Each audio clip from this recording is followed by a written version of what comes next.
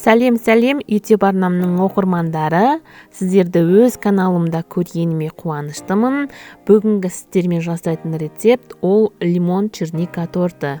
Сонымен бүгін өте керемет торт жасайтын боламыз, сондықтан видеоны соңына дейін қараңыздар.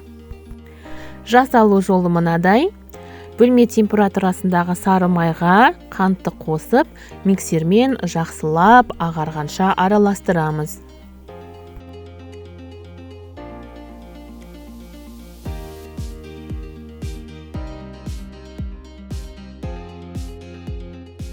Видеода көрсетілгендей, жұмыртқаны бір-бірлеп салып, жақсылап миксермен араластырамыз.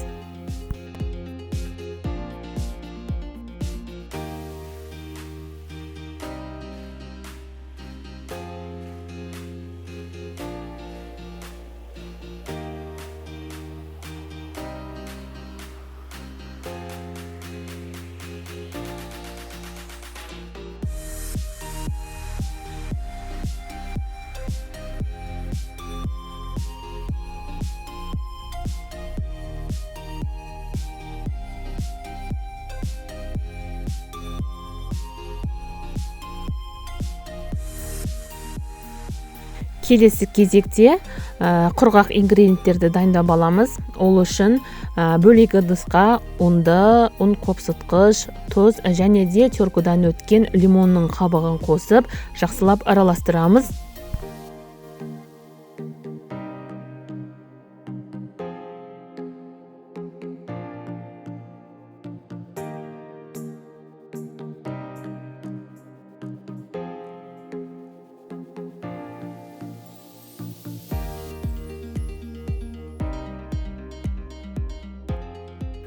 Содан кейін ұнымызды жаңағы май массасына ақырындап біртіндеп салып, жақсылап миксермен араластырамыз.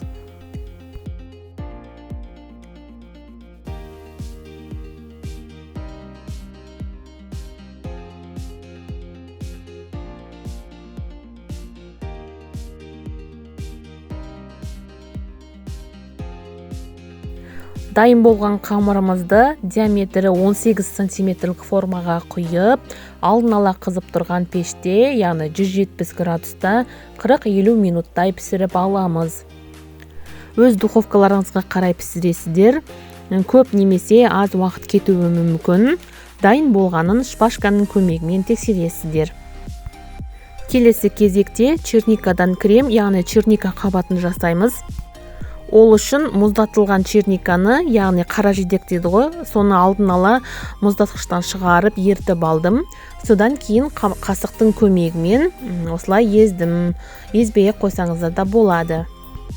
Содан кейін бөлек ыдысқа кілегейімізді, жаңағы алған черникадан пюремізді екеуін біріктіріп, отта қайнатамыз.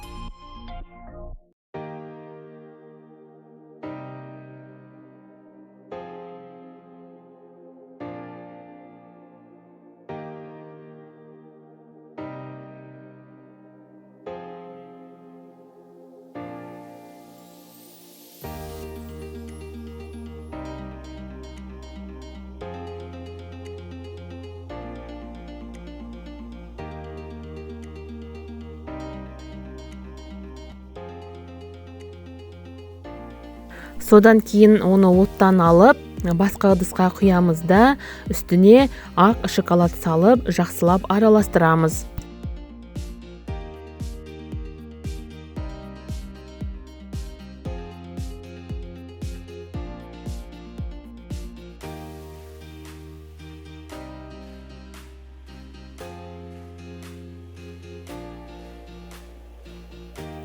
Шоколадымыз ерігеннен кейін оны блендердің көмегімен жақсылап езіп аламыз. Дайын болған қоспаны кондитерлік қалташаларға салып, холодильникке 4-5 сағатқа қойып қоямыз.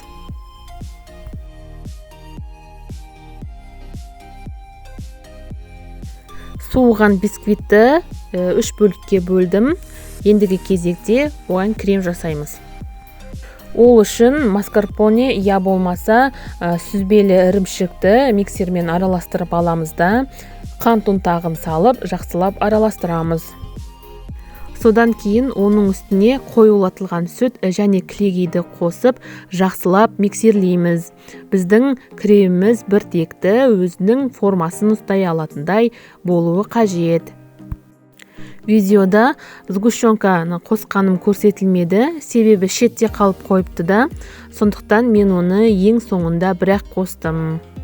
Кремімнің консистенциясы өзгерген жоқ, сондықтан еш уайымдамаңыздар, осылай да қоса берсеңіздер болады.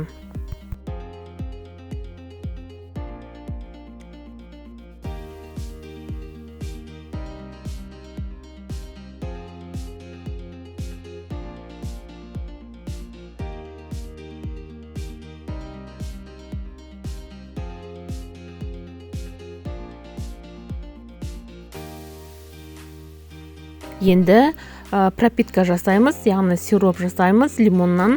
Ол үшін лимонның соғы, қант және де қайнатылған су бәрін бірге қосып, жақсылап араластырамыз.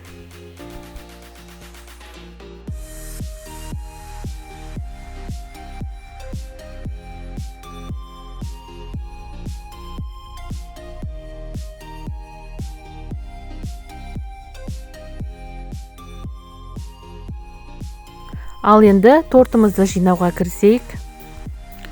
Тортымыз түзу болып шығу үшін оны кольцода жинаған дұрыс. Кольцоға бірінші кожымызды салып, оны жаңағы дайындап алған сироппен пропитка жасаймыз.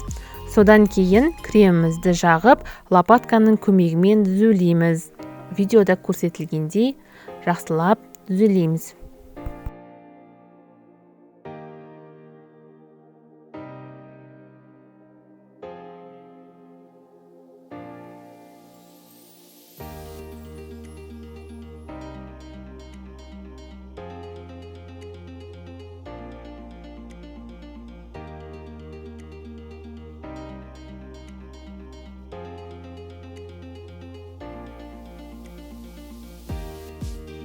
Содан кейін оның үстіне кремнен тағы да бір осылай жағып шығамыз, яғни бортик жасаймыз.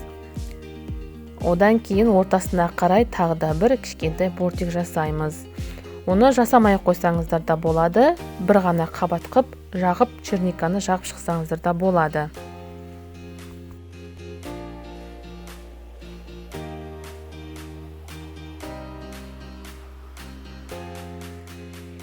Әрі қарай екінші бисквитімізді үстіне қойып, пропитка жасаймыз. Содан кейін біріншідегідей үстіне крем жағып, әрі қарай черника ганашымызды жағып, тортымызды құраймыз.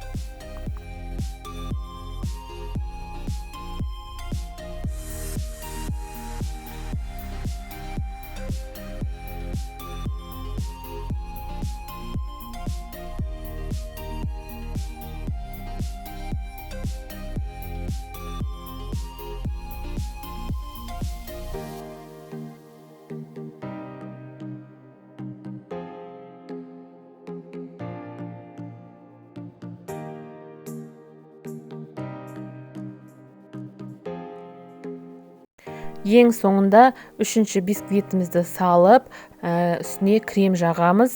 Содан кейін тортымыздан кольцоны шешіп, жан жағын түзулеп шығамыз. Келесі кезек тортымызды қаптауға келеді. Мен оны қалған креммен қаптадым. Тортыңыздың сыртын қаптауға кремді өз қалауыңызша жасауға болады. Бұл жерде крем-чиз в масле, крем-чиздің өзі де жарай береді. Кремді жаққаннан кейін шпательдердің көмегімен тортымызды жақсылап түзулеп қаптап шығамыз.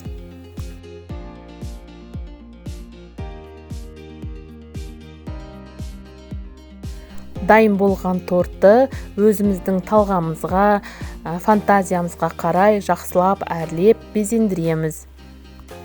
Кешкі шайға деп жасалған тортымның оформлениесі қарапайым болғанымен дәмі өте керемет, иісі де прям аңқып тұр. Сондықтан жасап көріңіздер. Осы рецептпен жасасаңыз, тортыңыз міндетті түрде күшті шығады. Сондықтан жасап көріңіздер, үй ішіңізді, туғандарыңызды осындай дәмді тортпен қуантыңыздар. Келесі кездескенше сау болыңыздар.